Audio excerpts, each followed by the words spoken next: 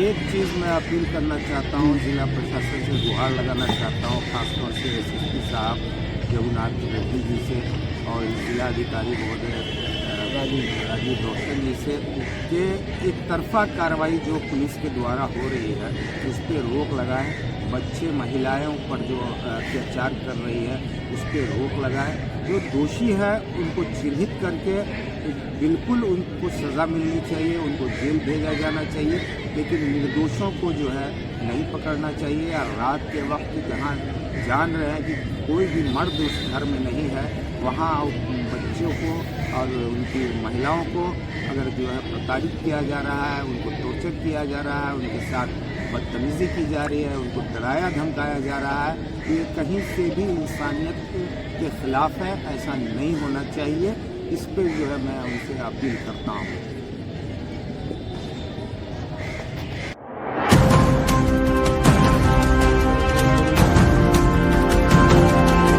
नमस्कार, दैनिक भारत में आपका स्वागत है। बाजितपुर तरौनी, जहां पिछले दिनों बिना प्रशासन को सूचित किए हुए राम विवाह के दिन जुलूस निकाला गया और दो लोगों में टकराव हुआ, आमने सामने हो गए। अच्छी बात ये रही कि प्रशासन ने समय रहते हुए उसे कंट्रोल तो कर लिया, लेकिन इसमें बहुत सारे निर्दोषों का नाम भी आया है जो वहाँ थे ही नहीं। सीसीटीवी कैमरा के माध्यम से 200 लोगों पे एफआईआर हुई थी, 11 नामजद हुए थे। अब वहाँ लोग काफ़ी परेशान हैं, पुलिस की दबिश रोज़ बढ़ती है, लोग घर द्वार छोड़ के फरार हैं, जैसा कि हर कॉमनल लाइफ में होता है। और पुलिस का ये किरदार हर कॉमनल लाइफ में होता है, हर सांप्रदायिक दंगे में होता है। लेकिन सवाल पूछना ये है प्रशासन से कि ऐसे जो लोग बेकसूर हैं उन पर कार्रवाई क्यों, ऐसे लोगों को क्यों परेशान किया जा रहा है। और यहाँ तक स्रोत से मिली खबर कि जो लोग पकड़े जाते हैं उन्हें पुलिस अच्छी तरीके से धो भी देती है, पीट भी देती है। ये स्रोतों से मिली खबर है, इसकी पुष्टि हम नहीं करते, लेकिन जो खबर मेरे पास आई है उस पर ये खबर मैं आपको बता रहा हूँ। सच्चाई प्रशासन जानता है, जिसे मार लगी है वो जानते हैं। मुझ तक जो खबर पहुँची वो मैं आपको बताने जा रहा हूँ। अभी हालात वहाँ सामान्य तो हैं, शांति तो है, लेकिन पुलिस का खौफ इस कदर है कि लोग घर द्वार छोड़कर कहीं छिपे हुए हैं, डर लग रहा है बेल मिलेगा कि नहीं मिलेगा। कई निर्दोष लोग इसमें शामिल हैं। और दरभंगा का परिचय आप चेहरा से पहचान गए होंगे, देने की ज़रूरत नहीं है। डब्बू खान साहब जो एक समाज सेवी हैं, आज इनके पास आया था क्योंकि ये पड़ोस में रहते हैं, यहाँ के इलाकों को जानते हैं और आपसी सौहार्द बनाने में इन लोगों का बहुत बड़ा योगदान होता है, ताकि दो कम्युनिटी के लोग आपस में नहीं लड़े। डब्बू जी, आपका बहुत बहुत स्वागत है दैनिक भारत में। शुक्रिया। क्या स्थिति है अभी वहाँ की? देखिए, अभी तो जो दोनों समुदाय के बीच तनाव था जी, वो कहीं हद तक जो है सामान्य है, लेकिन ज़िला प्रशासन द्वारा वहाँ एक ही समुदाय के लोगों को टारगेट किया जा रहा है। वहाँ ये हालत है कि एक भी मर्द आपको उस गांव में, उस मोहल्ले में नहीं मिलेगा। सभी लोग घर छोड़कर भाग चुके हैं, कहीं छुपे हुए हैं। औरतें बिल्कुल डरी हुई हैं। रात को ज़िला प्रशासन, पुलिस वहाँ जाकर गेट को तोड़ती है, दबिश देती है। कुछ तो मामले ऐसे भी सुने गए हैं कि वो छत से नीचे उनके आंगन में चले गए हैं, जैसा मैंने सुना है, जैसी शिकायत मिली है। ऐसा नहीं करना चाहिए था प्रशासन को। प्रशासन जान रही है कि सिर्फ औरतें और बच्चे घर में हैं, और उसके बावजूद अगर कोई उसके अंदर घुस जाता है, दीवार फान के या किसी भी ज़राए से अगर आंगन में या घर में घुसता है, तो ऐसी स्थिति में उसी रात के वक्त 12 बजे के बाद, ये बहुत ही दुख की बात है और इस पर जिला प्रशासन को सोचना चाहिए। सर, हम आपसे एक सवाल करना चाहते हैं, एक कॉमन सा सवाल है। 500 लोग का हुजूम आपके घर पे आए और आपके सामने आपको गाली देने लगे और बार बार गाली देने लगे, आपका रिएक्शन क्या होगा?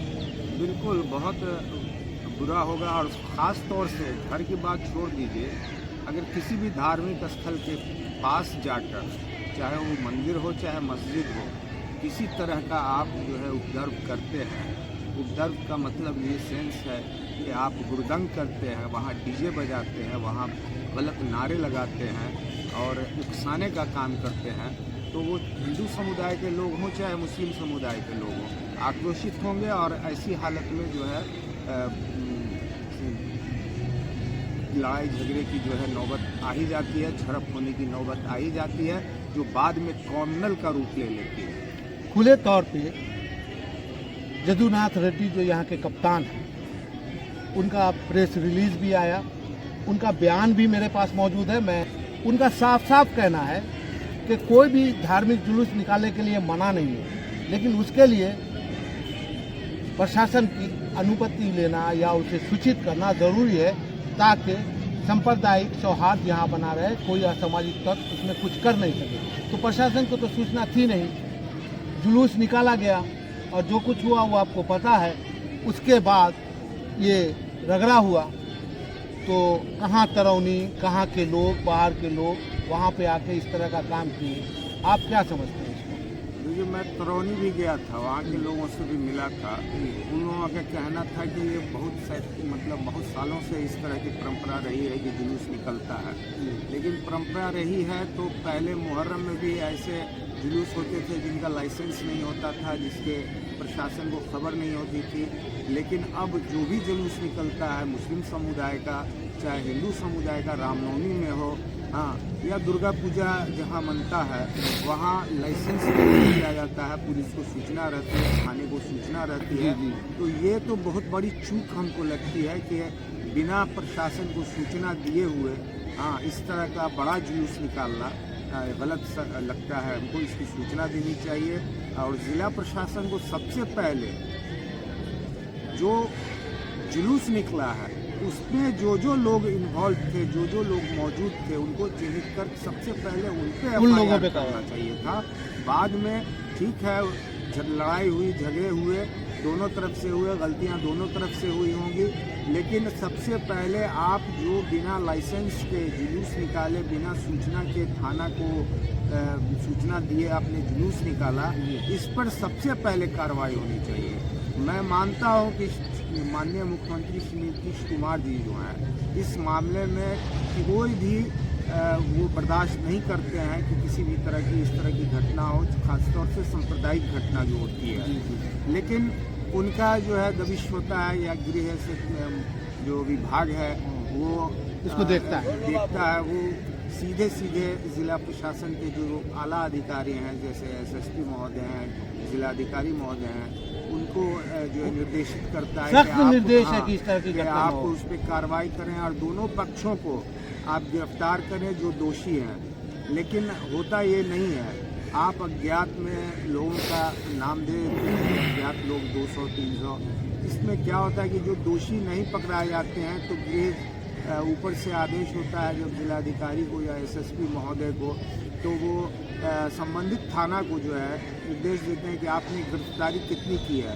तो उसमें क्या होता है कि जो दोषी भाग गए हैं तो निर्दोष को पकड़ लेते हैं और अपना इसीलिए अज्ञात किया है, स्टेटस बता देते हैं कि हाँ हमने जो है 4 गिरफ्तारी की है, 5 लोगों को गिरफ्तार किया है, निर्दोष पीस जाते हैं। चलिए चलते चलते एक आध सवाल करते हैं, खबर देखते हैं टीवी पर? जी बिल्कुल। काका देखा ये राइट के बारे में, जो झगड़ा हुआ इसमें काका देखा? ये तो मैं देख रहा हूँ कि मस्जिद से नफरती पत्थर, ये आप जो कह रहे हैं, आप तो मीडिया में चलाते हैं, सारी चीज़ देखते हैं, और अभी जो देश का जो माहौल है उसमें तो हमको लगता है कि जहर घोलने का काम सिर्फ मीडिया ही कर रही है। हर मंदिर के नीचे जो है मस्जिद निकल रही है।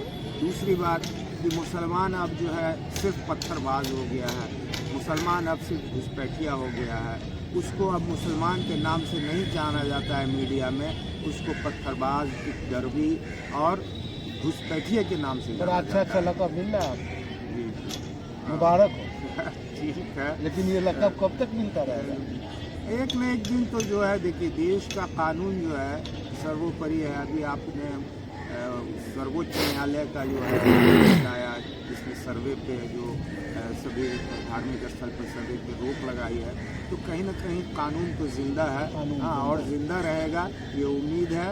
और इंशाल्लाह देश में जैसा माहौल पहले था आज से 10-15 वर्ष पहले, उसी तरह का माहौल इंशाल्लाह फिर होगा और लोग समझेंगे और एक दूसरे के साथ मिलजुल कर, जैसे पहले ईद मनाते थे, होली मनाते थे मिलजुल कर, इंशाल्लाह मेरी ये दुआ है कि आगे इसी तरह से जो है लोग मिलजुल कर एक दूसरे का त्यौहार मनाएं, एक दूसरे के दुख और दर्द सब में साथ रहें। चलिए, ये डब्बू खान साहब को आपने सुन लिया। चलते चलते मैं एक बात बता देता हूँ। ये जो मिट्टी है ना भारत की, ये बड़ी ही महान मिट्टी है। यहाँ कभी नफरत का बीज अगर आपने बो दिया है तो ये तनावर दरख्त हो नहीं सकता। और ये नफरत की जो आंधी आज देश में चल रही है, बहुत लंबे समय तक नहीं चलेगी। अच्छे अच्छे नफरतियों को यहाँ के लोगों ने धूल चटाया है, उसे औकात बताई है।